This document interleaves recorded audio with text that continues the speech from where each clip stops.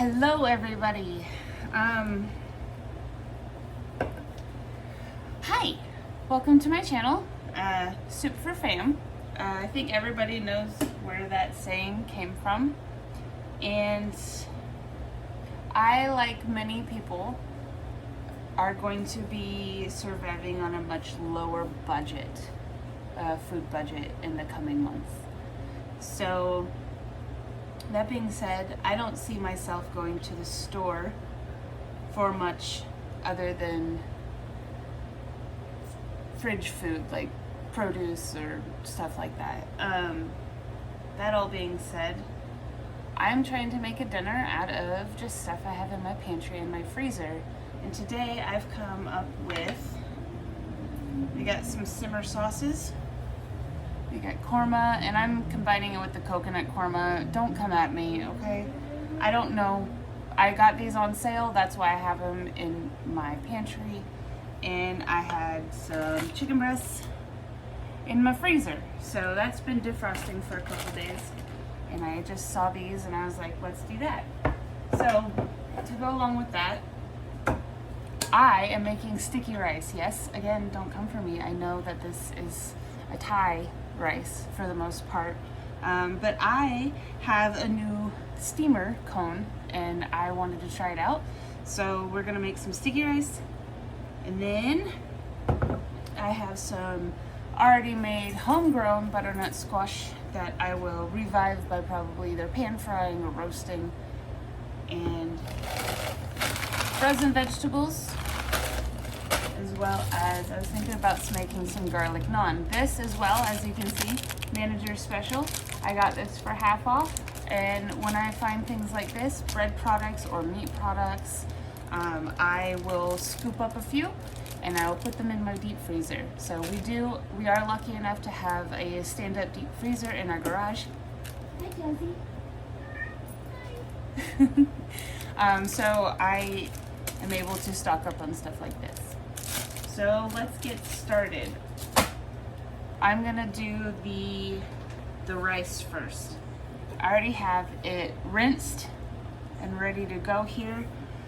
Hold on, I'll be right back. Okay, so like I said, we're gonna start on the sticky rice. Over here I have my pot with the water starting to boil. And like I said, I've never done sticky rice before, so I had to do some researching. And obviously there's the traditional way of taking the rice and soaking it overnight like you would do dry beans. But there's also a quick method, as are there's dry beans, where you take the boiling water and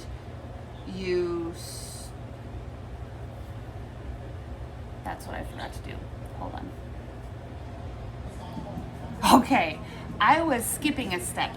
So the quick way to do sticky rice, from what I was reading, is to rinse your rice. So 3-4 times rinse your rice under cold water until it runs mostly clear. And then you're gonna put it in a heat-safe bowl. And you are going to bring water up to boiling. I'm just using the same pot because I didn't feel like getting another one out. So you are going to bring this water to a boil, and you are going to pour it over this rice about an inch or so, inch and a half above it. And you're gonna soak it for a good 20 minutes in that boiling water. And then you will drain it. While this is coming to a boil and all that, one other thing that I learned, I hope I don't spill, is that you need to soak your steamer basket so the rice doesn't stick. If you're using a steamer rack, like the round bamboo steamer racks, make sure you put a thin layer of wet cloth, like muslin or like cheesecloth or something like that, or even like leaves, cabbage leaves or banana leaves or whatever, just so they're not on the dry steamer rack. So we're gonna soak this in warm water, and I just have this lid on it, so it was very oblong when I got it, the basket. So as I'm soaking it, I'm putting the lid on it to kind of rounded out, so when it goes in here, it's not going to have any gaps between the basket and the pot. So we'll be back in just a few when the water is boiling. Okay, while we're waiting for the water to boil, I'm going to start cutting up the chicken breast. Yes, it's chicken breast. I know chicken thighs would be better for this, but this is what I had defrosted in the fridge. So I'm going to just cut it into strips. The whole basis of cooking and recipes are guidelines. They're not, unless it's baking, I will admit that. Baking, you have to be pretty precise. That's like chemistry.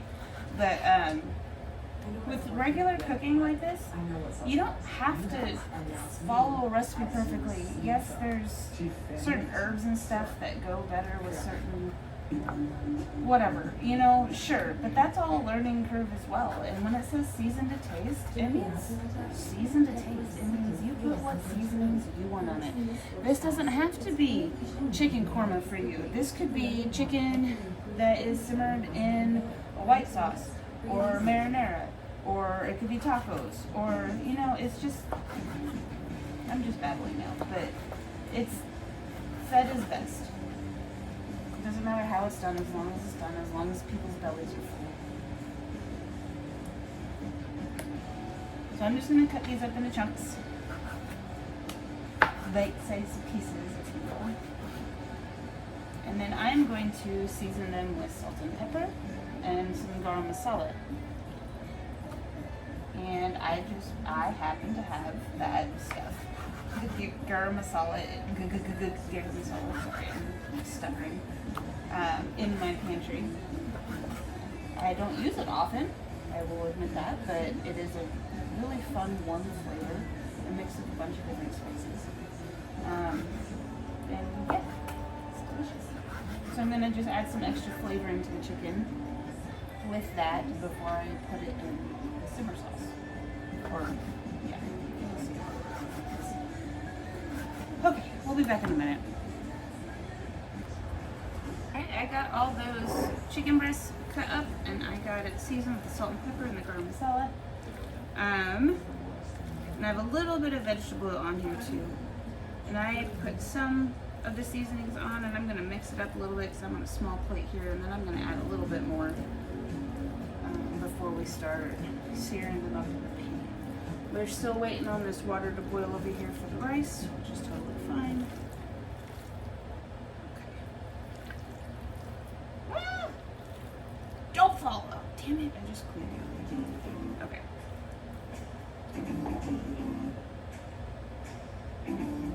Some more of that garam masala. Smush it all together, and I'll do it more off camera, but you get the idea. Alright, we have this water boiling now, and I'm going to try my darndest to pour this into the heat-proof bowl without getting it everywhere.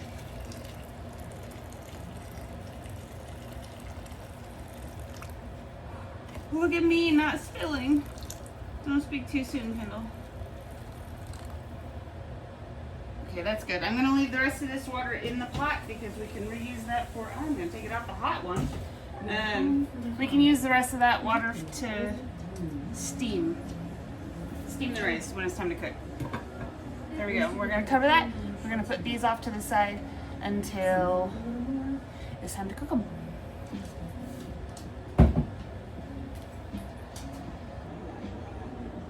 Okay, while we have the rice soaking over in that direction, we're gonna get this chicken seared up.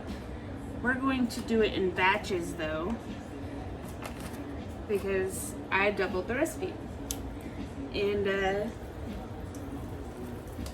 we're gonna put half in now, take that out when it browns.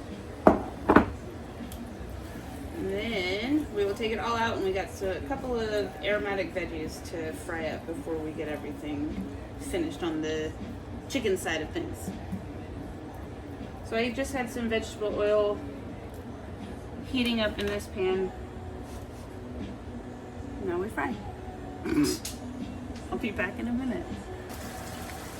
Alright, these chicken pieces have been frying over medium-high heat for a few minutes now, and I have them just laid out in a nice little layer here because you want to be able to brown them on all sides. So now that they're starting to get brown, I'm going to just come in here with these tongs and I'm going to flip them around, give them a good stir so we can get a nice even browning on all sides, because we're not cooking them all the way through.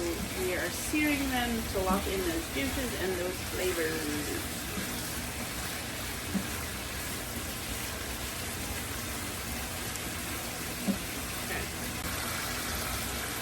These chicken pieces are seared on all sides now. I'm going to take them out and set them aside while I get this other batch seared up. Again, these are not cooked through, these are just seared.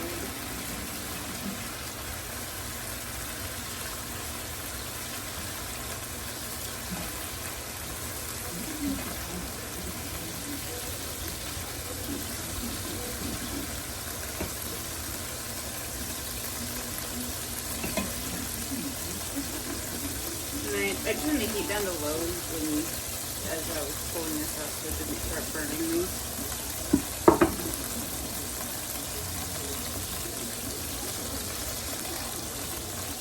We got the rest of those chicken pieces here. We're going to put those in a hot pan with the rest of that oil.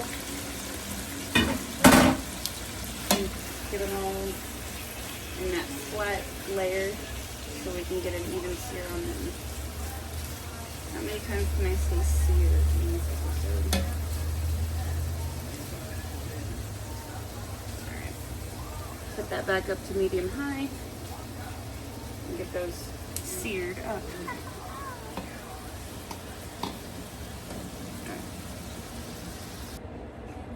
We have now our simmering pot of water.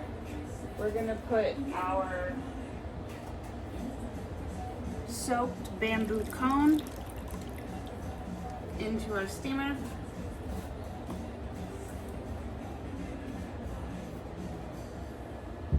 We're gonna take our soaked rice, we're gonna stick it into that steamer, obviously.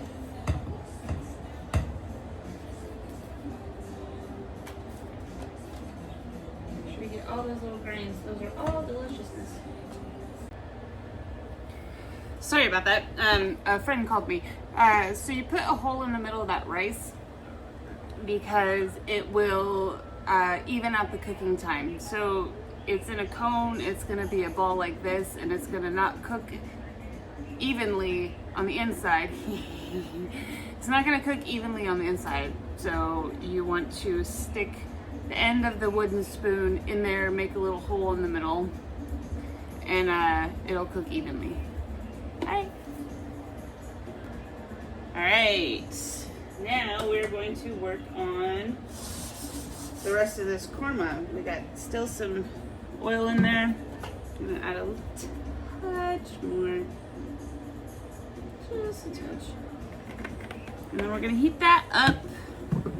And I have some aromatics that I'm going to saute up, as well as I think I might. This is the butternut squash. I don't know if I want to sear this. I think I'm going to do it separately. I think I'm going to pan fry these separately to get them nice and crispy, to put them like with like the rice and the sauce and stuff so they absorb it better. So I think I'll pan fry those up separately. Right now, we're going to work on this. I still got all that goodness from the chicken in there. I turned the heat up for a little bit because I was doing the rice. There we go.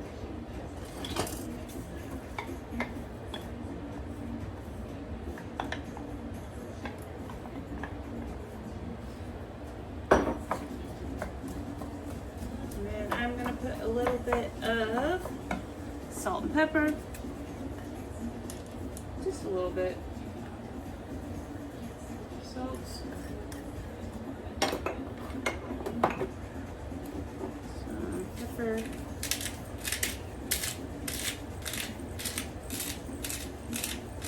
Oh, this aromatics was a blend of and some garam masala. This was onions, garlic, and I just had some like frozen jalapenos from my garden in the freezer that I added in here. It's a jalapeno and like serrano mix, so there's gonna be a little bite to this. So we're gonna saute these up, and once these get to a nice softness, or however done you want it, whether you want to brown them or you want to saute them softly, that's fine. And then we're gonna add our chicken and our simmer sauces, and then we're halfway done. I have these onions and garlic and peppers softened and cooking up nicely. We're gonna add back in the chicken and any juices that have accumulated. And it's all the goodness right big and long. And then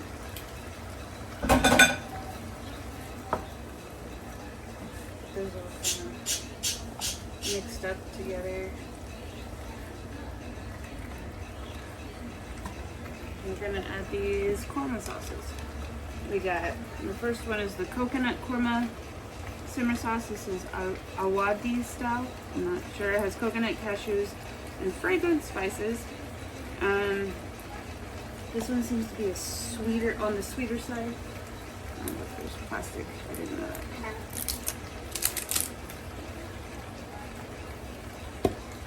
We're gonna add this. I'm gonna add water to these jars in just a second. And then we have just a regular korma sauce, which also is coconutty, but it has more of a vague description of what's in it.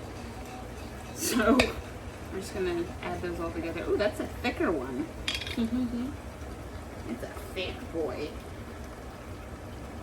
Okay, so I'm gonna add some water to these jars and add it to the sauce, and then we're gonna simmer this for about 15-20 minutes until the chicken is cooked through. I got those sauces mixed up with this chicken and all the aromatics, and now I'm gonna bring this to a boil and then simmer it, bring it down to a simmer, and simmer it for about 15-20 minutes until the sauce thickens up and the chicken is done.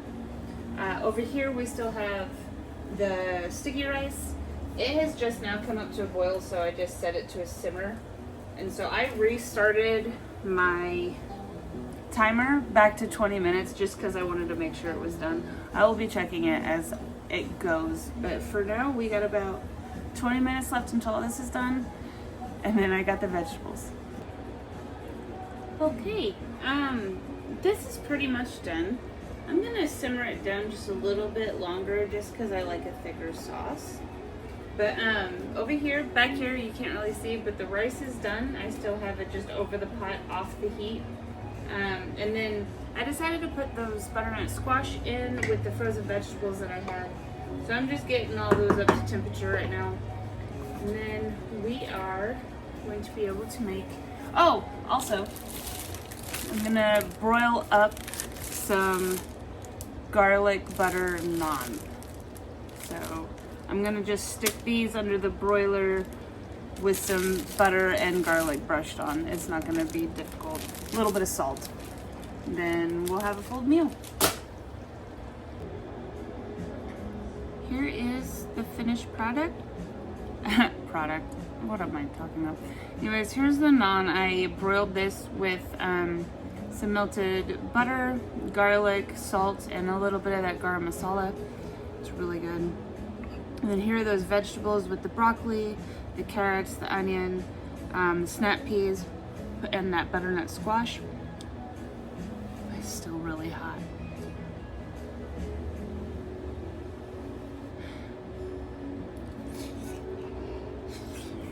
Woo!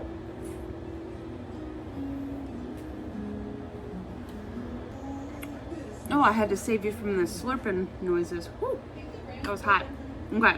So then here's that korma chicken. We're gonna taste it. We've got a little chunk of chicken here. Now remember, this is sticky rice. This isn't regular rice. So it's gonna be different. I just wanted it for aesthetic taste, or aesthetic I'm having a hard time talking. Anyways, chicken.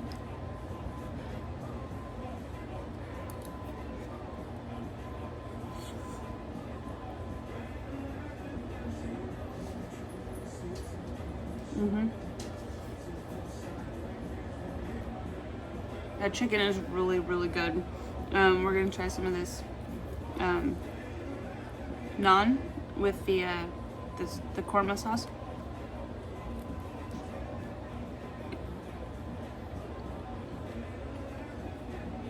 When I do the naan next time, I'm going to broil both sides, I think, because the underside is still kind of floppy, like a undercooked pizza a little bit. But the flavor is really good. I mean, 8 out of 10. Texture is just a little bit different. The sticky rice. Put it into a ball right here. And just dip it in all the saucy stuff.